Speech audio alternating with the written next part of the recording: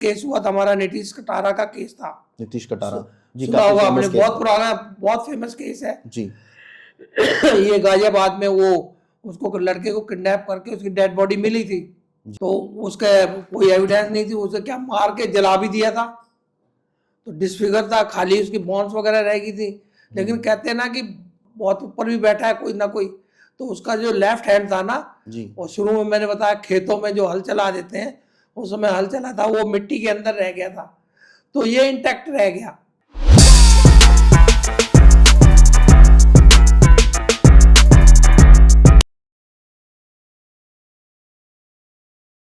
तो क्राइम यानी जुर्म हमेशा ही हम लोगों को एक बहुत ही फैसिनेट करने वाला टॉपिक रहा है। आप चाहे हिंदी फिल्म्स देख लीजिए या इंग्लिश फिल्म्स देख लीजिए या बॉलीवुड हॉलीवुड किसी भी तरीके के एंटरटेनमेंट सिनेमा में हमेशा से क्रिमिनल्स को बहुत glorify, over the top, larger than life जो ज़िंदगी जीते हैं वो दिखाया गया। पर सच ये है कि आप कितने ही बड़े क्रिमिनल हो, at the end of the day कानून आप तक पहुंच ही जाएगा। और कानून के पास अब एक नया हथियार है, वो है फॉरेंसिक्स। फॉरेंसिक्स ने अभी थोड़े ही समय में बहुत ज़्यादा तरक्की कर ली है। तो आज जिनसे हम बात करने वाले हैं वो रिटायर्ड एसीपी हैं फ्रॉम दिल्ली पुलिस, जो कि डायरेक्टर ऑफ फिंगरप्रिंट ब्यूरो से रिटायर हुए हैं। तो वो आज हमें बताएंगे कि इंडिया में जो फॉरेंसिक साइंसेज है वो कितना डेवलप हो चुका है। तो welcome to the show sir. Thank you sir. तो सर मुझे थोड़ा सा आप हिस्ट्री के बारे में बताएंगे फॉरेंसिक्स की in India, specifically for fingerprints. Sir India में फिंगरप्रिंट तो काफ़ी दिनों से स्टार्ट है, बहुत पहले से है, क्योंकि central fingerprint bureau apex body है, वो तो ऑल ओवर इंडिया में जितने भी स्टेट फिंगरप्रिंट ब्यूरोक्सीज हैं उनका रिकॉर्ड मेंटेन करता है। वो एनसीआरबी के अंडर आता है, नेशनल क्रिमिनल रिकॉर्ड ब्यूरो के अंडर आता है सेंट्रल फिंगरप्रिंट ब्यूरो। लेकिन जो दिल्ली फिंगरप्रिंट ब्यूरो वो इतना ज़्यादा पुराना नहीं है। ये दिल्ली फिंगरप्रिंट ब्यूरो का नोटिफिकेशन 1987 में हुआ था। उससे पहले दिल्ली फिंगरप्रिंट ब्यूरो का काम पंजाब फिंगरप्रिंट ब्यूरो फिलौर, जो कि फिलौर में है, वो देखा करते थे। लेकिन स्टार्टिंग 1978 से दिल्ली पुलिस के जो ऑफिसर थे वो चाहते थे कि भी हमारा भी अपना एक ब्यूरो हो। तो धीरे धीरे करते करते प्रपोजल बनाई इन्होंने, जो मेटेरियलाइज होनी शुरू हुई 85 से। मैं क्योंकि 85 में सबसे पहले इन्होंने रिक्रूटमेंट किया, जो साइंस ग्रेजुएट थे उनको फिंगरप्रिंट कैडर के लिए उन्होंने रिक्रूट किया। तो fortunately I am one of the member of that first group. You are like the pioneer. I am the pioneer of Delhi fingerprint bureau, can say like that. Okay. तो हम 7 लोग थे सबसे पहले। हमको 8 अक्टूबर 85 में हम रिक्रूट हुए दिल्ली पुलिस में। उसके बाद हमें 86 में कलकत्ता भेज दिया गया सेंट्रल फिंगरप्रिंट ब्यूरो में ट्रेनिंग। पहले सेंट्रल फिंगरप्रिंट ब्यूरो जो है कलकत्ता में हुआ करता था, 30 गोराचंद रोड। तो वो बाद में 86 ऑनवर्ड वो दिल्ली में आ गया। दिल्ली में शिफ्ट हुआ जब नेशनल क्राइम रिकॉर्ड ब्यूरो बना। नेशनल क्राइम रिकॉर्ड ब्यूरो का ही एक पार्ट है सेंट्रल फिंगरप्रिंट ब्यूरो। जो हमारी जो सारी ट्रेनिंग जो हुई थी, 1 साल की ट्रेनिंग थी, सेंट्रल फिंगरप्रिंट ब्यूरो कलकत्ता में हुई थी। उसके बाद 2 साल ऑन द जॉब हमने ट्रेनिंग करी दिल्ली में वापस आकर। तो उस दौरान हमने पूरा अपना रिकॉर्ड जो है, क्योंकि हमने पंजाब से अपना रिकॉर्ड मांगा, पंजाब ब्यूरो से उन्होंने रिकॉर्ड देने से मना कर दिया था उस समय। क्यों? बस वो ऐसा एडमिनिस्ट्रेटिव कुछ प्रॉब्लम, डिपार्टमेंटल इश्यूज होते हैं। तो फिर दिल्ली के अफसरों ने कहा कि भी हमारे पास क्राइम जो CRO है, क्राइम रिकॉर्ड ऑफिस जो है, वहाँ हम डोजियर वगैरह तो मेंटेन करते हैं, डोजियर है, पर्सन फाइल है, उसमें फिंगरप्रिंट की भी कॉपी होती है, क्यों ना हम उसमें से कॉपी लेके अपना ब्यूरो स्टार्ट करते हैं। तो हमने धीरे धीरे वहाँ से रिकॉर्ड बनाना स्टार्ट किया। जब हमारा फर्स्ट बैच आ गया तो हमने पूरा रिकॉर्ड उसमें बनाना स्टार्ट किया। जो 87 तक हमने जितना हमारा रिकॉर्ड था हमने वो कंप्लीट कर लिया। उसके बाद धीरे धीरे अब उस रिकॉर्ड में होता क्या है, रिकॉर्ड में क्या है कि कुछ तो कन्विक्टेड की स्लिप्स होती हैं, जो जिन लोगों को सजा हो जाती है उनकी स्लिप्स होती हैं। कुछ वो जो सस्पेक्टेड पर्सन्स हैं उनका भी रिकॉर्ड अनऑफिशियली मेंटेन कर लेते हैं। ओके। तो वो रिकॉर्ड हमने बनाया। उस रिकॉर्ड का फायदा ये होता था कि जैसे आईओ किसी को अरेस्ट करता है, किसी सस्पिशन में अरेस्ट करता है किसी भी थाने में, तो उसका क्या है कि उसका प्रीवियस क्रिमिनल हिस्ट्री मालूम करने के लिए वो उसके 10 डिजिट फिंगरप्रिंट स्लिप बनाता है। 10 डिजिट का मतलब 10 की 10 उंगलियां जो है ओके उनके फिंगरप्रिंट लेके वो फिंगरप्रिंट ब्यूरो में भेजता है। फिंगरप्रिंट ब्यूरो में उनको सर्च किया जाता था। पहले जो हमारा सिस्टम था मैनुअली काम करते थे हम जो हेनरी सिस्टम ऑफ क्लासिफिकेशन था ऑल ओवर वर्ल्ड मशहूर है कि एक मैथमेटिकली फार्मूला से ये क्योंकि वैसे तो फिंगरप्रिंट स्लिप वो बंडल्स में रखने से कोई फायदा नहीं है। अब उसको सिस्टमेटिक वे से रखने के लिए जैसे लाइब्रेरी में हम बुक्स रखते हैं कैटलॉग बना के भी हमें साइंस की ये बुक चाहिए या हिस्ट्री की ये बुक चाहिए तो हम उसी बुक तक पहुंचते हैं। ऐसे ही हमारा सिस्टम ये ऐसा था जिसको हम फिंगरप्रिंट स्लिप को क्लासीफाई करके उसे फिंगरप्रिंट वो जिसका हमें रिकॉर्ड चाहिए था उसको निकालते थे। मतलब जैसे मर्डरर्स का और नहीं मर्डर्स का अलग थी, उसमें तो सबका इकट्ठा होता था। Okay. वो प्राइमरी वाइज रखते थे। हमने मैथमेटिकल फॉर्मूले से 1024 प्राइमरी बना रखी थी, यानी कि 1024 खाने बना रखे थे। हमारी लैंग्वेज में उन्हें बोलते पिजन होल। ओके उन खानों में हम स्लिप अकॉर्डिंग टू क्लासिफिकेशन रखते थे। ऐसे जब वो हमारे पास स्लिप आ जाती थी किसी सस्पेक्ट की, उसको दोबारा एक्सपर्ट क्लासिफाई करता था, टेस्ट करके उसको सर्च करता था। क्या क्या क्लासिफिकेशंस होते हैं ये आप बता सकते हैं? बहुत लंबा प्रोसीजर बताना यहाँ थोड़ा सा संक्षिप्त। थोड़ा उसमें जैसे प्राइमरी है, प्राइमरी हम रखते हैं 1/1 से लेके 32/32। उसमें क्या है जैसे 1/1 है, उसके बाद डिनोमिनेटर जो है 1 रहेगा, उसके बाद 2/1 हो जाएगा, 3/1, 4/1, 5/1 लाइक दिस 32/32 तक आता है। तो ये 1024 बनती है। फिर सेकेंडरी होता है क्लासिफिकेशन। सेकेंडरी में हमने रखते थे कि जो हमारे इंडेक्स फिंगर है, न्यूमरेटर में इंडेक्स फिंगर का ये पैटर्न होता है इसके ऊपर जी, जो आपने देखा होगा हमारी जो उंगलियां हैं, उंगलियों के जो फर्स्ट फेलेंसीज हैं उन पे पैटर्न बने हुए होते हैं कि भाई उसे लेमन लैंग्वेज में बोलते थे कभी मेरे शंख बना है, मेरे चक्र बना हुआ है। जी जी अच्छा इस तरीके से तो वो पैटर्न को हम रख देते हैं। तो ये सेकंड है। फिर मेजर है, इसी तरह बहुत सारे क्लासिफिकेशन के साथ 8 स्टेप। किसी के भी फिंगरप्रिंट्स एक जैसे नहीं हाँ हो जी, सकते? किसी के भी फिंगरप्रिंट ये हमने मैथमेटिकली भी प्रूव किया हुआ, साइंटिफिकली भी। किसी भी दो आदमियों के ये फिंगरप्रिंट सेम नहीं होंगे अनटिल और अनलेस वो सेम पर्सन के सेम फिंगर और सेम जगह के ना हो। अच्छा, मतलब उसे तो अगर दो अलग अलग फिंगर है वो भी आपस में नहीं मिलेंगी, क्योंकि एक सीधा सा प्रिंसिपल है जो फिंगरप्रिंट साइंस है वो बेस करती है आपकी दो प्रिंसिपल है हमारे, individuality and permanency of the ridges. Ridges अब मैं समझा देता हूँ आपको कि जो हमारी जो आपने देखा होगा अपने हथेलियों की स्किन जो है और इसको पाल्मर सरफेस बोलते हैं, पाम है ये। और प्लांटर सरफेस जो हम हमारे पैर है, पैर के तलवे में देखे होंगे, वो स्किन जो है वो बाकी स्किन से डिफरेंट है। उसके कई पर्पज है। वैसे तो कहने को ये कह सकते हैं कि भगवान ने कोई भी दो चीजें एक सी नहीं बनाई है, दोनों को आइडेंटिफिकेशन करने के लिए, दोनों आइडेंटिफाई करने के लिए कहीं ना कहीं कोई ना कोई डिफरेंस छोड़ा हुआ है। तो वही हमने फिंगरप्रिंट को यूज किया। तो ये जो रिजिड जो है, ये जो हमारी जो सरफेस है, जो स्किन जो है, जो इसके ऊपर आपने देखा होगा कि बहुत पतली पतली लाइनें होती हैं जी, इनको रिजिज बोलते हैं। इन दो रिजिज के बीच में खाली जगह होती है, उनको फरोज बोलते हैं। जैसे आपने खेत जुता हुआ देखा होगा, जी जुता हुआ खेत देखा जहाँ हल चल जाता है, तो कुछ तो बाहर हो जाती, मिट्टी कहीं और निकल जाती है, कहीं पे गहराई है, जो निकल गई है उसको आप रिजिज समझ लीजिए। उन दोनों के बीच में वो फरोज है। तो ये जो रिजिज है इनके ऊपर जो कुछ कैरेक्टर बने हुए होते हैं, जैसे इंग्लिश जाते जाते दो में डिवाइड हो गई, हमारी लैंग्वेज में बोलते हैं उसको पॉइंट ऑफ बाइफर्केशन हो गया, वो एकदम रुक गई, वो रिजेंट हो गया।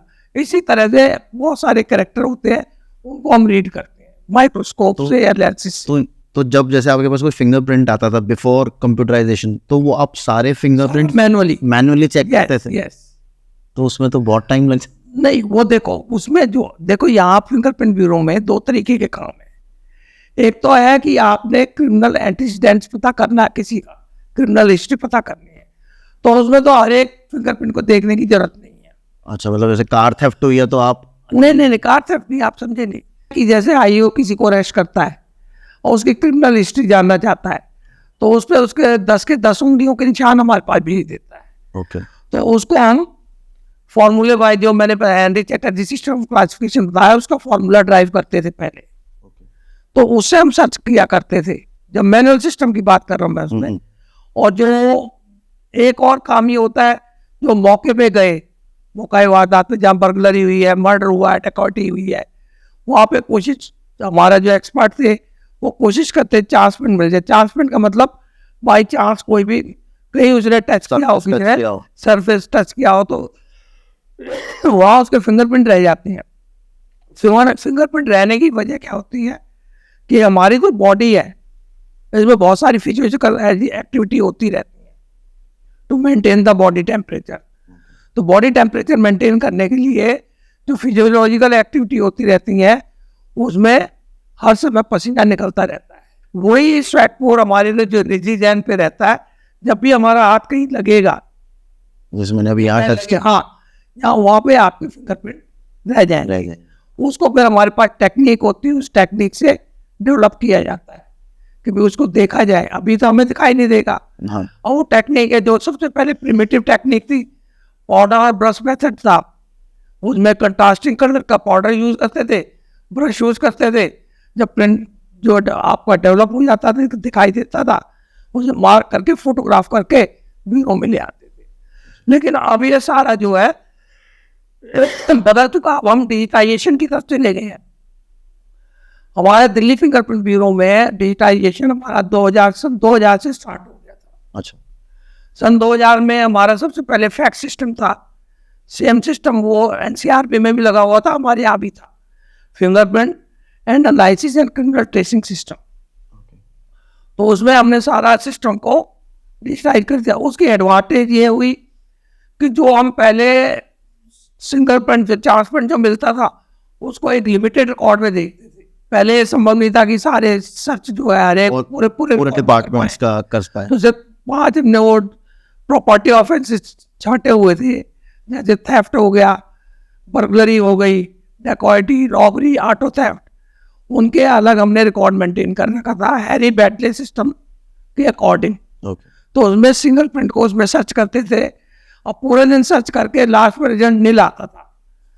तो इसलिए पर डिजिटाइजेशन की तरफ जब बॉन्ड पूरा जा रहा था, वैसे कहते हैं कि फिंगरप्रिंट की स्टार्टिंग जो इंडिया से ही हुई है। अच्छा, लेकिन थोड़े हम पिछड़ गए इसमें। क्या है, वैसे तो इंस्टेंसेस ये भी है कि फिंगरप्रिंट बहुत पुरानी साइंस है।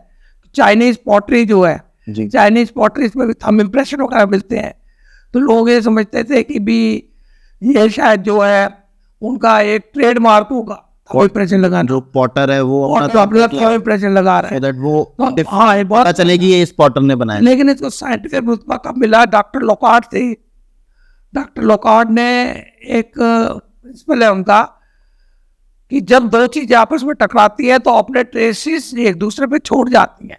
पूरी फॉरेंसिक साइंस, चाहे वो फिंगरप्रिंट है या और फॉरेंसिक साइंस है, वो इसी प्रिंसिपल बेस है।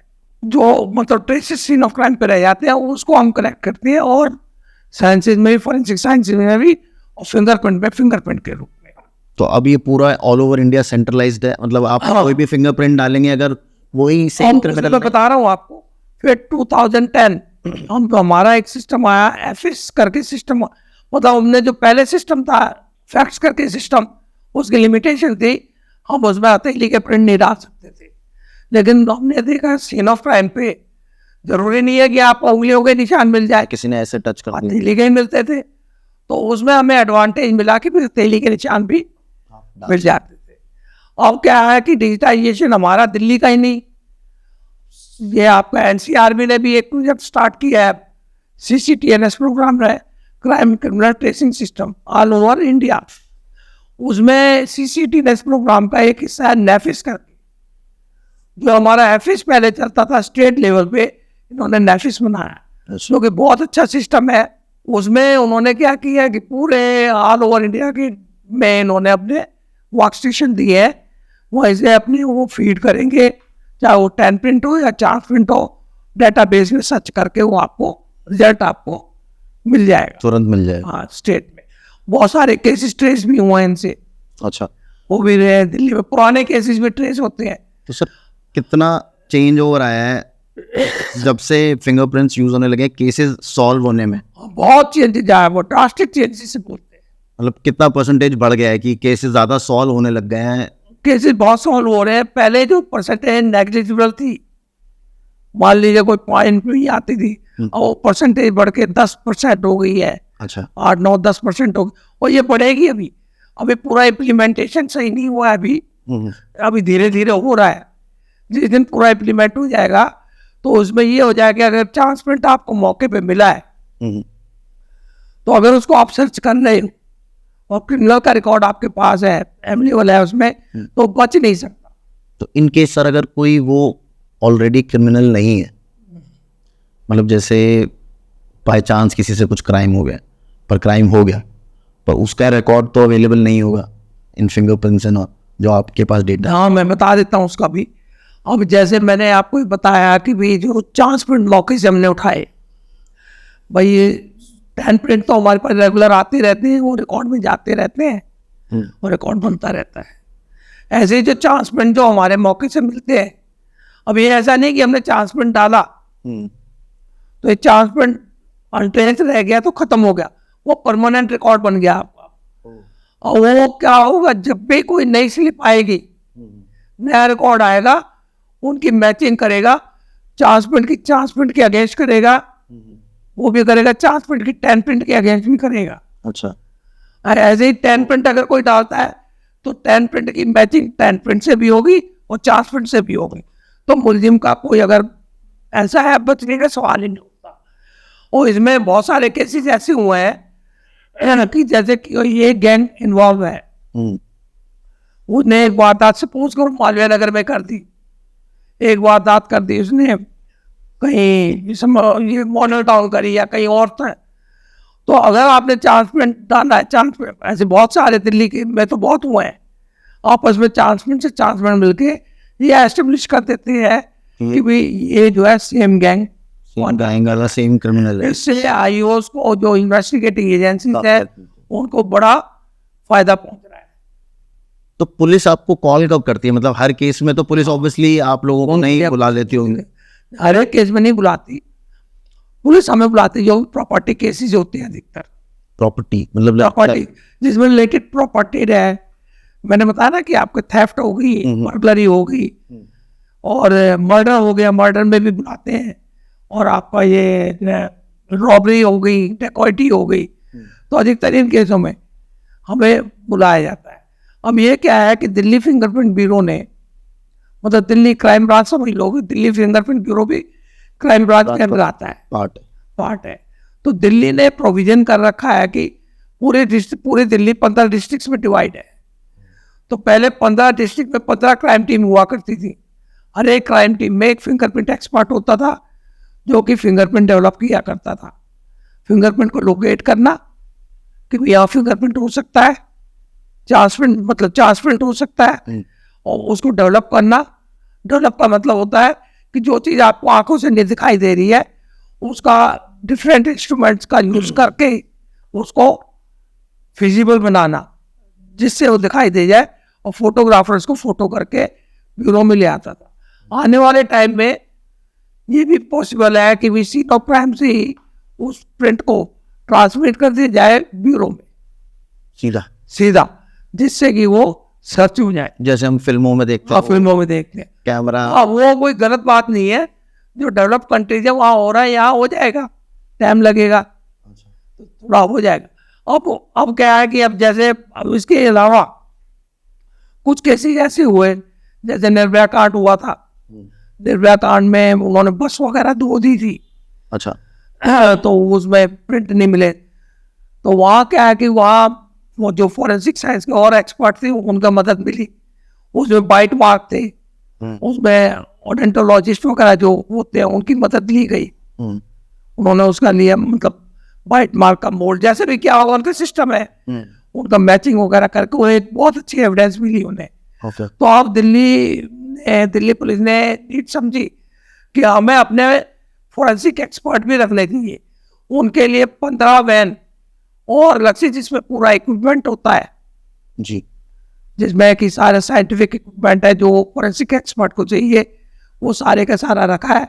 उसमें अलग अलग तरीके के एक्सपर्ट है, उसमें बायोलॉजी का भी एक्सपर्ट है, डीएनए वाले भी होते हैं, मतलब केमिस्ट्री वाले भी होते हैं, तो जिसकी जैसी नीड होती है वो। लेकिन सीन ऑफ क्राइम पे जब भी जाएंगे एक प्रोसीजर होता है, सीक्वेंस है कि सबसे पहले सीन ऑफ क्राइम को आईओ जाएगा, आईओ सबसे पहले अलाउ करता है कि पहले फिंगरप्रिंट वीडियो वाले काम कर ले, फिंगरप्रिंट का काम एक्सपर्ट जो है वो काम कर, क्योंकि किसी और के फिंगरप्रिंट वहां ना आए, किसी और के फिंगरप्रिंट ना आए। और क्यों फिंगरप्रिंट एक्सपर्ट इस चीज़ का ध्यान रखता है और उनकी भी एड ले लेता है जो फॉरेंसिक एक्सपर्ट जा रहे हैं कि भाई आपका कोई एग्जिबिट खराब तो नहीं हो रहा। जैसे ब्लड है, अगर वो उसमें कोई पाउडर वगैरह पड़ेगा, कंटिमिनेशन हो जाएगा, तो उनसे पूछ लेता है। तो आपस में कोऑर्डिनेशन से काम करते हैं सारे, जिससे दूसरे का खराब ना हो। तो अदर देन फिंगरप्रिंट्स वहां से क्या क्या पिक किया जाता है? ब्लड, सलाइवा, सीमेन, और क्या कहते हैं जो रेप केसेस वगैरह है उसमें वेजिनल स्वैब वगैरह जो है, अब शायद वो खत्म कर दिया है अब तो। और क्या कहते हैं ये सिगरेट बट वगैरह जो होते हैं जी, जैसे सिगरेट पीते हैं, सिगरेट पे आपका सैलिवा लग जाता है तो उससे भी डीएनए एक्सट्रैक्ट हो जाता है। कोई भी बायोलॉजिकल फ्लूइड है आपका, वो उसे वहाँ से कलेक्ट करते हैं। मैंने सुना था कि अमेरिका जैसे जो कंट्री है उसमें तो उन लोगों के पास सबके ही फिंगरप्रिंट्स है। हाँ जी, अमेरिका में तो है, ऐसे हमारा आधार सिस्टम यहाँ बना हुआ है। हाँ, तो वहाँ पे मैं बता रहा हूँ, अमेरिका में वो बड़ा एडवांस कंट्री है जी, सिविलियन का रिकॉर्ड वो रखते हैं, तो वो सिविलियन रिकॉर्ड को भी यूज कर सकते हैं, उनके कानून में प्रोविजन है। वो लोग मैंने हम लोग फिल्मों में देखते हैं कि वो तो किसी के भी फिंगरप्रिंट डालते हैं और पता चलता है। लेकिन हिंदुस्तान में कोर्टों ने रेस्ट्रिक्शन लगा रखी है, अभी कोई अमेंडमेंट नहीं हुआ है हमारे कॉन्स्टिट्यूशन में कि हम किसी का रिकॉर्ड जो है, मतलब किसी के फिंगरप्रिंट सिविलियन के क्रिमिनल, तो मतलब प्राइवेसी किसी की आप वो नहीं कर सकते, डिस्क्लोज नहीं कर सकते। पर ये तो काफी हेल्प नहीं होगी अगर आपको बहुत रिकॉर्ड पूरे मिल जाए। जैसे आधार है, आधार में सबके फिंगरप्रिंट लिए जाते हैं जी, पर लेकिन आधार अलाउ नहीं करता। आधार अलाउ नहीं करता। एक केस हुआ था हमारा, नीतीश कटारा का केस था, नीतीश कटारा जी का होगा अपने, बहुत पुराना, बहुत फेमस केस है जी। ये गाजियाबाद में वो उसको लड़के को किडनैप करके उसकी डेड बॉडी मिली थी जी, खुर्जा के आसपास कहीं मिली थी, जी, ठीक है। तो उसके कोई एविडेंस नहीं थी, उसे क्या मार के जला भी दिया था, तो डिसफिगर था, खाली उसकी बोन्स वगैरह रह गई थी। लेकिन कहते हैं ना कि बहुत ऊपर भी बैठा है कोई ना कोई, तो उसका जो लेफ्ट हैंड था ना जी, और शुरू में मैंने बताया खेतों में जो हल चला देते हैं, उस समय हल चला था, वो मिट्टी के अंदर रह गया था, तो ये इंटैक्ट रह गया। अब नीतीश कटारा भी बड़ी अच्छी फैमिली से बिलोंग करते थे, तो उन्होंने बॉडी जो है दिल्ली एम्स में मंगवाई।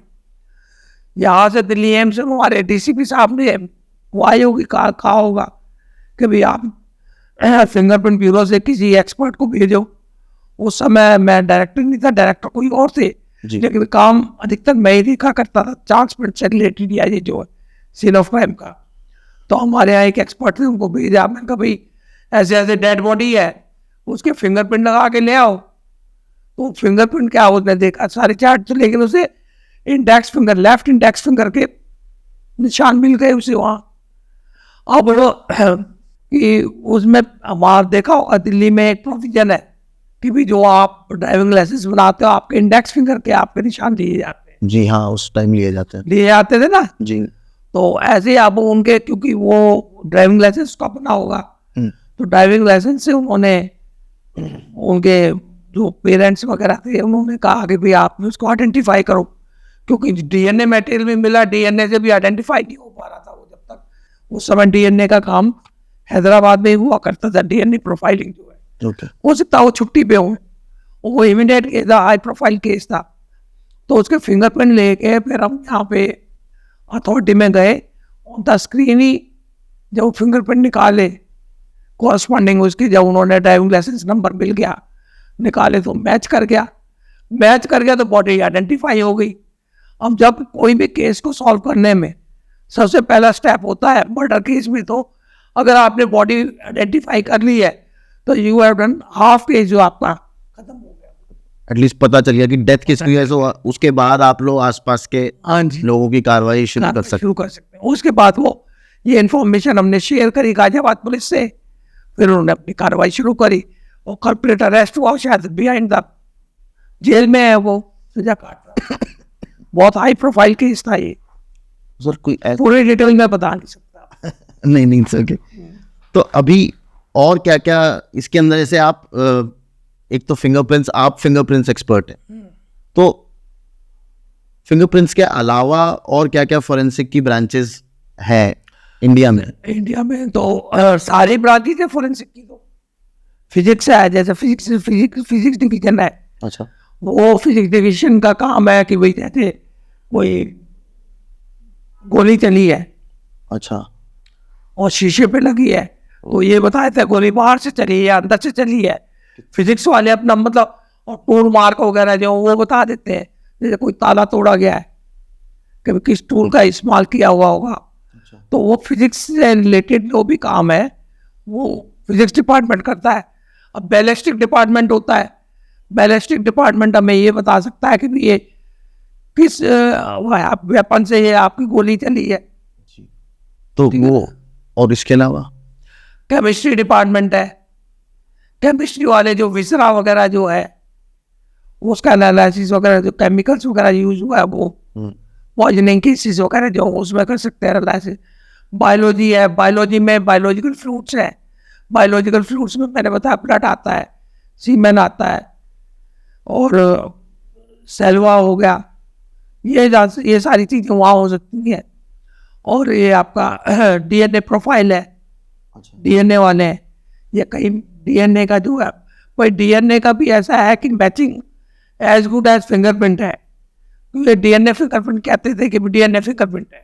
अच्छा, तो इन्होंने अपने आप को एस्टेब्लिश करने के लिए हमारा नाम यूज किया फिंगरप्रिंट का, अच्छा, कि DNA is as good as fingerprint. लेकिन वो फिंगरप्रिंट से उसका कोई वो नहीं है। वो क्या है कि डीएनए के जो स्टैंड है, जो डीएनए बेसिक बॉडी है हमारी, उसको उसकी जो मैचिंग है, मैपिंग होती है, आपस में मैच करते हैं, पैटर्निटी का पता लग जाता है उसमें। अच्छा, आपको पता है ये मतलब आपका भाई है या आपको आप इसके पेरेंट्स हैं या नहीं है। लेकिन डीएनए फिंगरप्रिंटिंग इंडिविजुअलिटी करती है कुछ हद तक। वो मोनोजाइगोटिक ट्विंस जो होते हैं ना, इन केस ऑफ ट्विंस वो फेल है। हाँ, वहाँ पे क्योंकि दोनों के डीएनए से सेम है, वहाँ पे नहीं दे पाती हो कि मोनोजाइगोटिक ट्विंस जो है एक ही जाइगोट से बनते हैं, वहाँ फिंगरप्रिंट आता है। फिर फिंगरप्रिंट जो है उनके भी फिंगरप्रिंट्स अलग ही होंगे बिल्कुल, अभी तक तो कोई ऐसा इंस्टेंस नहीं आया कि फिंगरप्रिंट्स किसी एक आदमी के सेम। हाँ जी। तो अब मुझे कोई ऐसा केस, आपने तो बहुत सारे केसेस बहुत केस की सॉल्व किए हैं, कुछ एक दो केसेस ऐसे जिसने आपको भी मतलब हिला दिया, अनएक्सपेक्टेड, जिसमें आपको पता ही नहीं चल रहा था कि कैसे इसको सॉल्व किया जाए? ऐसा एक केस था, मैं बताऊं, केसेस तो बहुत है, एक दो का मैं बता देता हूँ। एक चोरी हुई थी 2012 में कालका जी में, बहुत बड़ी चोरी थी वो। तो उसमें मौके पे सीन ऑफ क्राइम पे फिंगरप्रिंट एक्सपर्ट गए, वहाँ से फिंगरप्रिंट उठाए, उसको रन कराया डेटाबेस में, कुछ मिला नहीं। तो ये लगाओ कि कुछ मिला नहीं, 2012 का केस है, 2006 का केस था, सॉरी ओके, 2006 का केस था, उसमें कुछ नहीं मिला, कोई फिंगरप्रिंट नहीं, कोई फिंगरप्रिंट तो मिल गए लेकिन वो मैचिंग की से नहीं, किसी से नहीं। वो डेटाबेस में चला गया चांस पे। ओके, अब क्या होता है 2018 में, 2006 से 2018, हाँ, क्राइम ब्रांच की इंटरस्टेट सेल है हमारा, वो एक बंदे को पकड़ लिया आर्म्स एक्ट में, जो कट्टे उट्टे निकले थे ना उसमें पकड़ लिया और उससे पूछे वो उसे कुछ नहीं बताया। वो 12 साल तक वो केस जो है 12 साल तक चलता रहा।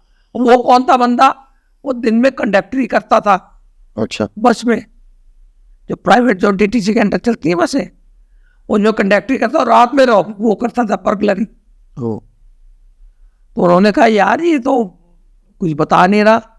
तो फिर उन्होंने क्या करा कि वो लास्ट में सोल्यूशन हो गया कि भाई कोई नहीं बताएगा, ये तो फिंगरप्रिंट ब्यूरो ले लो।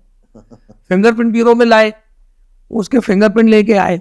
और उसके जो 10 प्रिंट से हमने जब रन कराया तो 4 प्रिंट से हिट कर गया वो। 2006 की हाँ, उससे हिट कर गया। तो मिल गए दोनों, आइडेंटिफिकेशन हो गया कि ये जो है, जो मौके से उठाया है प्रिंट, ये उस बंदे का है। लेकिन उसका वहां पे आने जाने का एक्सेस का कोई मतलब ही नहीं था, भाई उस घर में क्यों जाएगा वो। जी।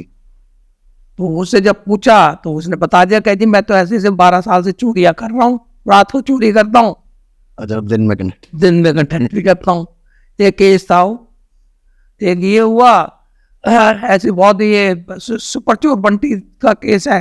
अच्छा, वो भी आपके थ्रू? हाँ जी, जो बिग बॉस में भी आए थे। बिग बॉस में भी आया था, उसमें पिक्चर भी बनी है, बंटी बंटी करके जो है। हाँ, वो बंटी वो केस था, वो भी बड़ा अच्छा केस था। उसमें क्या था कि 2002 में साउथ दिल्ली की जो पुलिस है बहुत परेशान हो गई थी, क्योंकि ये जो पॉश एरिया में बहुत बर्गलरी हुआ करती थी, वो सारी अनसॉल्व जा रही थी। हर एक जगह मॉडस ऑपरेंडी सेम होता था। कभी आके या तो विंडो की ग्रिल तोड़ी है या उसका लॉक तोड़ा है दरवाजे का, और बड़े आराम से जाता था। और क्या एक और होती इसमें कि बड़ी महंगी महंगी गाड़ियां जो है, लग्जरी गाड़ियां चुराया करता था। एक गाड़ी चुराई, फिर दूसरी जगह वो छोड़ के दूसरी गाड़ी ले गया। और घर वालों से बिल्कुल फ्रेंडली होके घुसता था अंदर। कई जगह ऐसे इंस्टेंस थी कि भैया आया कि हेलो कहा, जैसे पूछ लिया अंकल ये तो मेरा पिक्चर में भी देखा होगा, एक वो लड़की वॉक से आ रही थी, ये कहाँ ले जा रहे हो भाई, ये तो मेरा म्यूजिक सिस्टम है। भाई तो ऊपर जाके देख, तेरे पापा ने गिफ्ट दिया, तेरे बर्थडे पे नया दिया हुआ है। ऐसे लेके जाता तो बहुत सारे वो तो पिक्चर में भी देखा हुआ। तो उसका क्या हुआ कि उसने, कहते ना फंसना है, जब फंसता ऐसे है। तो वही गाड़ी मिली हमें फ्रेंड्स कॉलोनी में। अच्छा। फ्रेंड्स कॉलोनी थाने में अबंडन गाड़ी की कॉल आई, तो उसकी FIR दर्ज हुई। तो गाड़ी मिलने के बाद उसमें फिंगरप्रिंट एक्सपर्ट गया। फिंगरप्रिंट एक्सपर्ट ने वहां से गाड़ी से फिंगरप्रिंट उठाए, वहां से 4 प्रिंट उठाए, और उस 4 प्रिंट को रन किया डेटाबेस में। वो 4 प्रिंट हिट कर गया इससे। क्यों कि 92 में ये पहले अरेस्ट हुआ था। 92 में पहले अरेस्ट हुआ था और पुलिस को डिस करके भाग गया था ये। अच्छा। और ये इंटरस्टेट क्रिमिनल था। यही नहीं, हिंदुस्तान की अदर स्टेट्स में भी ये क्राइम करता रहता था। अच्छा। और इसको फिर पुलिस ने उठाया, फिर मयूर विहार से बहुत रिकवरी हुई थी इससे। तो 92 में जो फिंगरप्रिंट इसके, हाँ, 92 वाले फिंगरप्रिंट जो डिजिटाइज हो गए, वो इससे मैच कर गई 4 प्रिंट से। वो सारे केस सॉल्व हो गए। जब उससे बताया तो सारे हो गए। वो बड़ा इतना, मैं तो खुद एविडेंस दी थी इसमें। बड़ा कूल माइंड था, बहुत तिलक लगा के आता था, हाथ जोड़ता था सबको। बड़े कह नहीं सकता था कोई क्रिमिनल है। कोई ऐसा सर, कोई मर्डर केस जो सॉल्व हुआ हो फिंगरप्रिंट्स के थ्रू, जो कि काफ़ी डिफिकल्ट था? क्योंकि कई केसेस ऐसे होते हैं ना सर, जिसमें आप एक क्रिमिनल की जगह फैमिली मेंबर्स क्राइम करते थे, उसमें कैसे वही ऐसे पुलिस की जैसे पकड़ी जाती है? कि क्योंकि आप तो क्रिमिनल को ढूंढ रहे हो। देखो, हम क्रिमिनल को ढूंढ रहे हैं। हमारा काम होता है कि जो चांस प्रिंट मौके से मिला उसको आइडेंटिफाई करना कि किस आदमी का है। आगे कॉर्पोरेशन जो है उसको, मतलब फर्दर इन्वेस्टिगेशन IU का काम है। ऐसे बहुत सारे केस हुए हैं जिसमें हमने कोशिश करके कि मिला है। जैसे फूलन देवी मर्डर केस था। फूलन देवी मर्डर केस में जिन लोगों ने मर्डर किया, वो गाड़ी छोड़ के, वो गाड़ी पंडित पंत मार्ग पे छोड़ दी उन्होंने। मारुति थी उस समय, वो ब्लैक कलर की मारुति थी, और उसमें 2 जो कट्टे टाइप के, जो रिवॉल्वर टाइप जो है, वो छोड़ दिए। उसके ऊपर कैप रख के वो भाग गई थी। उस सीन ऑफ क्राइम पे मैं खुद ही गया था। वहां पे 4 मिनट उनको 4 मिनट मिले उसमें, ठीक है, वो ले आए। रिकॉर्ड तो था ही नहीं उनका। इन्वेस्टिगेशन चलती रही, पता लगता रहा, वो लाते रहे सस्पेक्ट। IU वगैरह जो है, इन्वेस्टिगेट क्राइम ब्रांच को दे दिया था केस, तो करते रहे, लेकिन कुछ पता नहीं। पता थोड़े दिन बाद पता लगा कि वो जो है, जिसने क्राइम किया था, वो देहरादून में अपील हो गया, जिसका नाम है, सरेंडर कर दिया उसने। हाँ, सरेंडर किया। कि मैं, उसका नाम चल गया था ना। अच्छा। कभी उसके फिंगरप्रिंट ले आए, मिल गई थे, मैच कर रहे थे, तो उसने सरेंडर कर दिया वहाँ कि भाई मैं तो यहाँ पर हूँ और मैं तो देहरादून में हूँ और मैं जिस तारीख की वारदात था उस दिन मैं जेल में बंद था। अच्छा, जेल में था उस वक्त? सुनो तो सही कहानी सुनो, कहानी में बड़ा अच्छा ट्विस्ट आएगा। तो वो कहता मैं तो जेल में बंद था। अब गए थी यहाँ से, अभी ये क्या चक्कर है कि यहाँ तो उससे मैचिंग हो रही है और ये जेल में बंद बता रहे। शेर सिंह राणा नाम था उसका। ओके। जो कहता पृथ्वीराज चौहान की वो लेके आया था, मैं अस्थियां लेने गया था वहां पे जब भाग गया था जेल से। अच्छा। जेल से भी तो भाग गया था ये। अच्छा, तो इसका ये रुड़की का रहने वाला था। तो वहां जब गए इन्वेस्टिगेशन करते हुए तो वहां कहने लगे कि भाई ये जिस FIR का वो कर रहा है, तो हरिद्वार से इसको सजा बता रहा था कि हरिद्वार से मेरे को कन्विक्शन हुई थी। तो कोर्ट में जो होते हैं अलमद, जो नायब कोर्ट वगैरह टाइप के होते हैं जो और असिस्टेंट होते हैं, कहते ये बंदा वो तो है नहीं जो इस केस में बंद हुआ था, ये तो कोई और है। ये इन्फॉर्मेशन दिल्ली पुलिस पे आ गई। यहाँ से दिल्ली पुलिस गई, वहां से फिर उसका जेल में रिकॉर्ड मेंटेन किया जाता है। जो भी क्रिमिनल जाएगा उसका थंब इम्प्रेशन सिग्नेचर लिए जाते हैं। वहां गए, वहां से सारा चीज किया, थंब इम्प्रेशन उसके मिलते ही नहीं थे। वो तो जेल में कोई और बंद था? हाँ, वो उसका एम्प्लॉय था, श्रवण कुमार नाम था उसका। अच्छा। उसने इसका शराब का ठेका रखा था इसने, उसने अपनी जगह उसे बंद करवा दिया था छोटे केस में और खुद यहाँ पे मर्डर करके भाग गया था। तो वैसे पकड़ा गया वो? पैसे पकड़ा गया। यही नहीं, हमारे तो यहाँ फॉर्जरी केस जो होते हैं, डॉक्यूमेंट जैसे क्या पैसे लोन ले लेते हैं ना बैंक से। जी जी जी। एक केस आया था क्राइम ब्रांच यहाँ का, CBI का, EOW CBI से। वो जो बड़ा तगड़ा फ्रॉड केस था वो, उसमें कॉन्ट्रैक्ट किलिंग का भी था केस। वो है ये 550 लाख की, 550 लाख 550 लाख की फॉर्जरी थी वो केस हुआ। ये मैं रिपोर्ट जो है दर्ज कराई थी EOW, क्योंकि केस बड़ा था तो दिल्ली पुलिस में हो नहीं सकता था, इन्होंने CBI में कराया ये केस। ओके। CBI EOW में। ये था आपको सेंट्रल बैंक का मैनेजर था, सेंट्रल बैंक ऑफ इंडिया का। उसने कि भाई ऐसे ऐसे जो फॉल्स डॉक्यूमेंट रख के हमसे जो है चीटिंग हो गई इतने लाख की, 2 ब्रांचों से। एक तो central bank of India Gonda branch थी और दूसरी पहाड़गंज ब्रांच थी, पटपटगंज ब्रांच, सॉरी। तो अब वो CBI को कुछ पता नहीं लग रहा था किसने किया? किसने किया, कोई पता ही नहीं। जब फॉल्स डॉक्यूमेंट है, नाम है, पता लग रहा है, वो बंदा ही नहीं पता लग रहा कि कौन था कौन नहीं था जिसने डॉक्यूमेंटेशन की थी। जी। तो उन्होंने फिर दिल्ली पुलिस की हेल्प ली, हमारे फिंगरप्रिंट ब्यूरो में आए कि भी उसमें फिंगरप्रिंट ब्यूरो में सारे रिकॉर्ड ले गए, अपने सारे डॉक्यूमेंट लेके आए कि जी किसी तरह आप हमें इसे निकालो। तो मैं शुरू से यही काम ही देखता हूँ ब्यूरो में, जो है चांस प्रिंट का डॉक्यूमेंट केस, और ये था काफ़ी एक्सपर्ट मेरे पास काम करते थे। तो जब डॉक्यूमेंट आए तो हमने टैली की उसमें कि 189 जितने भी डॉक्यूमेंट थे उन पे 189 फिंगरप्रिंट्स थे। 189 उसमें बैंक वालों के, क्रिमिनल 189 था, अभी कुछ नहीं पता किसके है किसके नहीं है। तो मैं यार ये केस तो बड़ा है, तो फिर उसमें जैसे एक टीम बना ली हमने सबसे पहले क्या किया, उनको 189 को आपस में मैच कराया मैनुअली। जी। तो 189 में मैच करते करते ये पता लगा कि उसमें जो मैच हुए थे हमारे 175 जो हैं, 175 एक दूसरे से मैच कर गए। अच्छा, मतलब वो तो आउट हो गए? आउट नहीं हुए, मतलब 175 एक ही बंदे के हैं। अच्छा। और जो बाकी जो बचे वो किसी दूसरे बंदे के भी हो सकते हैं या उसी बंदे के भी हो, मतलब 175 एक ही उंगली के थे। अच्छा। कि एक ही थंब इम्प्रेशन के थे, वो मिल गए। और बाकी हो सकता है एक के हो या दूसरे के भी हो सकते हैं।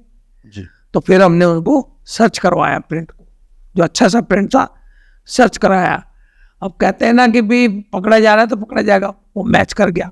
वो उन पेपर्स के फिंगरप्रिंट, जो पेपर्स के जो फिंगरप्रिंट थे जो 175 रह गए एक दूसरे से मिलते थे, उनमें से एक को सर्च करा दिया हमने अपने रिकॉर्ड में, वो मैच कर गया, एक्सपर्टों ने मैच कर दिया उसे, यानी 175 एक ही बंदे के एक ही फिंगर के मिल गए। अब उनको उन्होंने वो निकला फिंगरप्रिंट किसका निकला, सुरेश सन ऑफ भगवत था, भगवत प्रसाद नगरी का रहने वाला, ठीक है। उसको कभी अरेस्ट किया था स्पेशल सेल दिल्ली ने, स्पेशल सेल दिल्ली ने उसको अरेस्ट किया था, ये FIR नंबर 28 में 26/4/2011 को किया था अरेस्ट। और जब पता लग गया अरेस्ट किया, पूरा का पूरा केस खुल गया उससे। 550 लाख। हाँ जी, ये देगा गलत किया था, रखी थी। हाँ, चीटिंग कर रखी थी। तो अभी वो जेल में, अब ये पता नहीं है, तो CBI, फिर हमारा काम है मैचिंग करके दे देना। अच्छा, उसके बाद हम नहीं पूछते, क्योंकि काम बहुत होता है दिल्ली में, काम बहुत ज्यादा है। एक और मैं अच्छा आपको बताऊंगा कि अपनी तरफ से बता रहा हूँ, एक होता है ना सेक्सुअल हैरेसमेंट के केसेस, हाँ, वो भी इससे हुआ है। इसमें क्या था कि इसमें एक इंजीनियरिंग फर्म थी, उसमें कोई लड़की सर्विस करती थी, उसमें उसका कोई कुलीग था, वो उसे चाहता होगा, लड़की नहीं चाहती होगी, तो लड़की ने डांट डूट दिया उसे या जो भी है, तो उसने क्या करा, उसको लेटर भेजने शुरू कर दी वल्गर लैंग्वेज में, गंदी गंदी चीजें, ये वो। लड़के ने उल्टा सीधा उसने कंप्लेन करी पुलिस में, तो उसे अरेस्ट करा। अरेस्ट करके जो भी कार्रवाई हुई होगी, थोड़ा बहुत पनिशमेंट या जो भी हुआ है, छूट गया वो। बहरहाल उन्हें कहा ना, कहते हैं दिमाग खराब है, उन्हें फिर और ज्यादा बढ़ गया हूँ। अच्छा, और ज्यादा अरेस्ट करना शुरू कर दिया। अरे और ज्यादा उसने क्या करा, लेटर टाइप कर करके लड़की को भी गालियां देना, ये उसके रिश्तेदारों को भी, हर एक जगह पता नहीं क्या क्या लिखता था। और वो परेशान लड़की वाले सारे, उन्होंने क्राइम ब्रांच में दी। अब क्राइम ब्रांच से वो हमसे सलाह लेने पहुंचे हुए, क्या करें। मैंने कहा तुम कुछ मत करो, वो जो भी लेटर है, कहीं सिग्नेचर नहीं है, कुछ थंब इम्प्रेशन नहीं है, कुछ नहीं। मैंने कहा, कहते वो उससे रिटन है, जो इलेक्ट्रॉनिक टाइपराइटर है, मैं पेपर कभी तो पकड़ा होगा ना, डाला तो होगा, आप ले आओ। वो पेपर लेके आए तो हमारे यहाँ एक टेक्निक होती है, मतलब केमिकल टेक्निक भी यूज करते हैं, तो पेपर वगैरह में फिंगरप्रिंट होते हैं ना, जी जी, उसमें पाउडर वाउडर काम नहीं आती, उसमें केमिकल मेथड यूज करते हैं। हमने वो टेक्निक अपनाई, उसमें निनाइटिन टेक्निक बोलते हैं। उसमें पुराने से पुराना प्रिंट भी जो है, 14 साल पुराना प्रिंट है, और भी इससे पुराने 14 साल पहले भी वो पेपर टच किया होगा, हाँ, प्रिंट भी आ जाएगा। डिपेंड करता है कि उसे किसी और ने ना टच किया हो, या उसके ऊपर कुछ ना सुपरइम्पोजिशन ना हो, या एटमॉस्फेरिक कंडीशन खराब ना हो, मतलब उठा के आपने फाइल में रखा है, तो वो हो सकता है। और उसमें 15 प्रिंट मिल गए। अब वो सस्पिशन तो था उस बंदे पे, पुलिस ने उसे अरेस्ट किया। अरेस्ट करके देखा तो हमने मैचिंग करी, वो मिल गया, उससे अरेस्ट हुआ बंदा, वो फिर केस चल रहा है उस पर, वो शायद अब हो गया, कन्विक्शन हुई हो या जो भी है। अच्छा सर, मुझे एक चीज़ पूछनी थी कि कई बार हम लोग देखते हैं कि भाई केस CBI को रेफर कर दो, क्योंकि पुलिस सॉल्व नहीं कर पा रही, तो CBI के पास ऐसी क्या टेक्निक्स होती हैं, देखो, वो केस ज़्यादा अच्छा सॉल्व कर पाती है? इसके बारे में मैं कुछ नहीं, CBI में भी इंसान तो हमारे जैसे ही है जी, फॉरेंसिक हेल्प तो उन्होंने हमसे ही लेनी है जी। अब टेक्निक क्या, वो उनका डिपेंड करता है क्या है। देखो मैं बताऊं, जो लोकल पुलिस जो होती है ना, उसमें बर्डन बहुत ज़्यादा होता है, ठीक है। उनसे कम बर्डन हमारी जो स्पेशल ब्रांचेज बनाई जाती है, क्राइम ब्रांच है जैसे पुलिस की, लोकल पुलिस की, या STF बना दिया, उन पर होता है। तो पहले कोशिश करते हैं कि इसको क्राइम ब्रांच को दे दो या STF को दे दो। वो नहीं कर, ज़्यादा ही ज़्यादा हाई प्रोफाइल है तो फिर वो CBI को दे देते हैं। उन पर लिमिटेड केस होते हैं, मैन पावर अच्छी होती है, तो एक केस के पीछे लग जाते हैं, उसके करते हैं। हो सकता है ये सिंगल टारगेट मिल जाता है, सिंगल टारगेट मिल जाता है। और मैं बहुत डेकोरेटेड ऑफिसर हूँ फिंगरप्रिंट में। आपने बताया था कि आपको बोलते थे कि फिंगर बोलते हैं आप क्या आगे? हाँ, क्या है कि सबसे पहले मैंने जो ऑल इंडिया फिंगरप्रिंट एक्सपर्ट ऐसे बनाया जाता है, ऑल इंडिया बोर्ड एग्जाम होता है इसका, अच्छा, जिसको NCR भी कंडक्ट करती है, CFP भी, NCR भी। उसमें 88 में मैंने टॉप किया था ऑल इंडिया। अच्छा, तो एक रनिंग शील्ड हमारे जो पायनियर है, खान बहादुर रजीजुल हक शील्ड, उसके नाम पे शील्ड है, वो मुझे मिली थी। उसके बाद मेरे को CBI ने भी रिवार्ड दिया है, दिल्ली पुलिस तो देती ही रहती थी। केसेस जब सॉल्व होते हैं तो अभी लास्ट ईयर मेरे को 2022 में police medal for meritorious service भी मिला है। आपने कितने केसेस सॉल्व किए होंगे वैसे ड्यूरिंग योर? कह नहीं सकता मैं कितने किए हैं, क्योंकि मेरी involvement almost her each and every case में रहती थी। जिसमें मैं केस में तो जैसे कुछ केस तो होते हैं डायरेक्ट, जब मैं जूनियर था जब तो सारे केस ही देखता, जो मेरे को मिले वही करता था। लेकिन उसके बाद जब मैं इंचार्ज बन गया हूँ तो हर एक केस मेरे हाथ से ही निकलता था, फाइनल ओपिनियन मेरी जाती थी। तो अब ये लगा लो कि अधिकतर सारे केस ही आपके थ्रू ही जब तक मैंने काम किया मेरे पास से ही गए। तो आप अभी भी कंसल्टेशन देते हैं दिल्ली पुलिस में? देखो अगर मांगते तो दे देते हैं अब वो है, हम सिखाए हुए तो हमारे हैं, अगर कहीं डिफिकल्टी आती है तो दे देते हैं, कोई दिक्कत नहीं है। वैसे क्या डिफिकल्टीज आ सकती हैं फॉर जैसे मैचिंग में कभी कभी क्या है, फोरेंसिक्स में फिंगरप्रिंट में तो यही है, कभी कभी क्या है कि आपकी ओपिनियन नहीं बन पाती। सीन ऑफ क्राइम पे आपको पार्शियल प्रिंट मिल गया, मतलब पूरा ना प्रिंट मिल के थोड़ा प्रिंट मिला, थोड़ा हिस्सा मिला, वो भी स्मज्ड प्रिंट है, स्मज्ड ऐसे ही, उसमें फिर आपकी एक्सपर्टाइज काम आती है। अच्छा कि मतलब ये किस इसका हो सकता हाँ कैसे, मतलब रीजनिंग देना, उसका बहुत सारी डॉक्यूमेंट केसेस में भी आती हैं, बहुत सारी चीजें हैं जो बता देते हैं उन्हें। कभी कभी क्या होता है, एक बड़ा अच्छा एग्जाम्पल है कि आप जैसे सीन ऑफ क्राइम पे गए हो, शीशा लग रहा है, जैसे आपके पार्टीशन वॉल पार्टीशन हो जाते हैं ना, जी प्रिंट तो मिला है इस साइड, लेकिन फोटोग्राफर ने क्या करा, फोटो करती दूसरी साइड से, तो उल्टा होगा, उठा हो गया, मेरा रिपेज हो गई। और वो या तो एक्सपर्ट वो किसी से मैच नहीं करेगी।